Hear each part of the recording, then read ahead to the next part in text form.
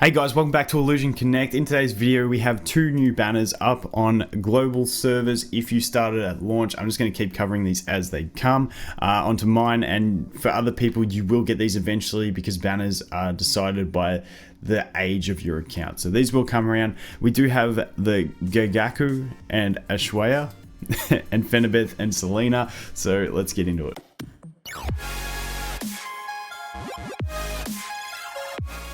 Okay, so just the quick overall what I'd be doing. If I'm really keen to summon, I'll probably summon on this banner, not this one. Now, I really do want a Selena, but the Fenebeth isn't my optimal unit, so I'm probably just going to wait on this banner and not summon while these banners are on. I'm just going to wait the week and then maybe do some more summons, but hey, who knows? once you have enough to do a summon, sometimes it's hard to resist, and if I do get into that situation, I will be summoning on this banner. Reason being, Selena's just really strong. She's got 3 immunities to death. 3 lives essentially. She get 2 immunity to death. Really strong. She's got her ult, which is going to heal your leader as well. And she's just a really good tank. When you get the immunities to death, it just makes it really strong. And whenever an ally partner appears, she grants the leader a shield equal to 10% of her own HP.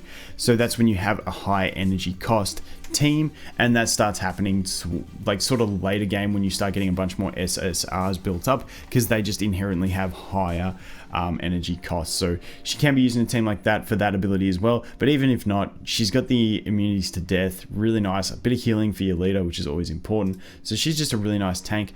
Fenebeth is a cool little counter to healing, because her passive is that when she's put down, she's gonna basically put a curse on them, deal damage to them every turn for 2 turns, but then also any healing gets converted into damage. And then with lens ups, this happens as well after her death, so this curse gets put on when she dies as well. I can see some sort of like revive comps happening where you let her die, revive her, get the effect again. Like I can see some situations where that can be useful and where she could be really good, but it's more of a counter pick thing, not a general progression. It's just if you're having trouble on some stages with healers and stuff like that, you can use her as a good counter. But besides that, I'm not a huge fan. She is a sorcerer though, so that can help in building a sorcerer team. Now this banner over here, these are both going to be summon heroes. Ashwaya's ult is going to summon a bunch of these little eyeball thingies, is what I call them. I don't even know what they actually call them. What are they called? Wandering Nightmares.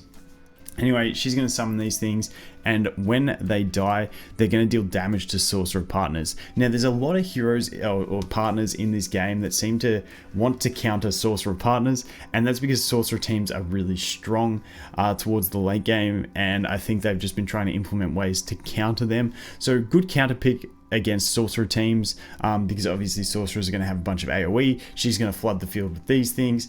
They're going to AoE, they're all going to die, and she's going to deal 100% damage to all sorcerers for every one of them that's killed. And if you only had her and your leader on the board and all of those things, they're going to kill 7 of them, dealing 700% damage to sorcerer partners. So you can see how it sort of plays out nicely as a counter to sorcerers. But for me, for general progression, I'm not a huge fan of her.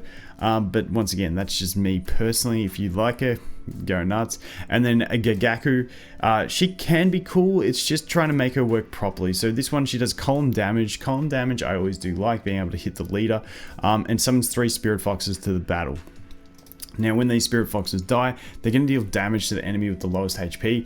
If you have the enemy leader as the one with the lowest HP, because you pretty much one-shot partners, like this can be really strong in chipping away at the enemy leader. Can also be handy for just executing enemies. But once again, not my favorite style of play personally.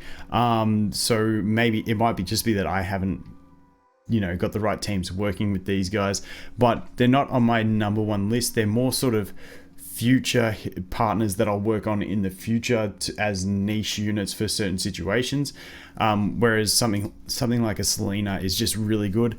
But having said that, Fenebeth once again is more of a niche unit. But that's just my general recap. If I have to summon, I will summon on this one here and leave the other one, but I'm probably just going to save up and not summon on either of these banners. But Selena is pretty cool, so you never know. Anyway guys, thanks for watching. Hope you have an awesome day, and I look forward to seeing the next one. Cheers.